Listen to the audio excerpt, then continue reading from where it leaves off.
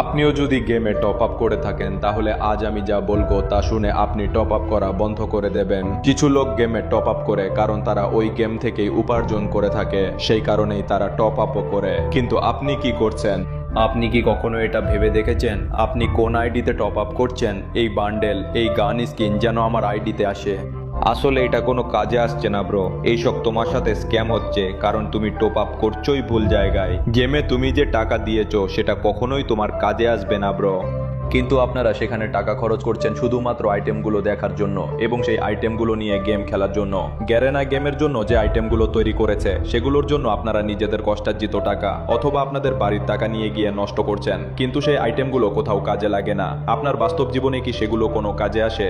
না, তাই তো আপনি সেই আইটেমগুলো নিয়ে সংগ্রহ করছেন, কিন্তু এমন একটা সময় আসবে যখন গেমটা নিষিদ্ধ হয়ে যাবে। তারপর কি করবেন? আপনার সব টাকা নষ্ট হয়ে যাবে, তাই না? গেমটা নিষিদ্ধ না হলেও এরা গেমটাকে অদ্ভুত করে তুলছে।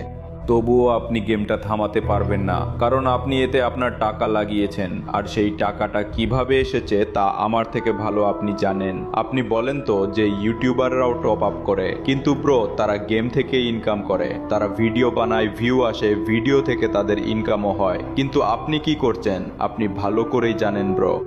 আপনি আপনার বন্ধুদের কাছ থেকে, আপনার পরিবারের কাছ থেকে মিথ্যা কথা বলে টাকা নিয়ে টপ আপ করছেন, কিন্তু এটা সম্পূর্ণ ভুল ব্রো। এটা শোনার পরেও যদি আপনার চোখ টপ আপের উপর থাকে তাহলে আপনাকে একটা স্যালুট ব্রো।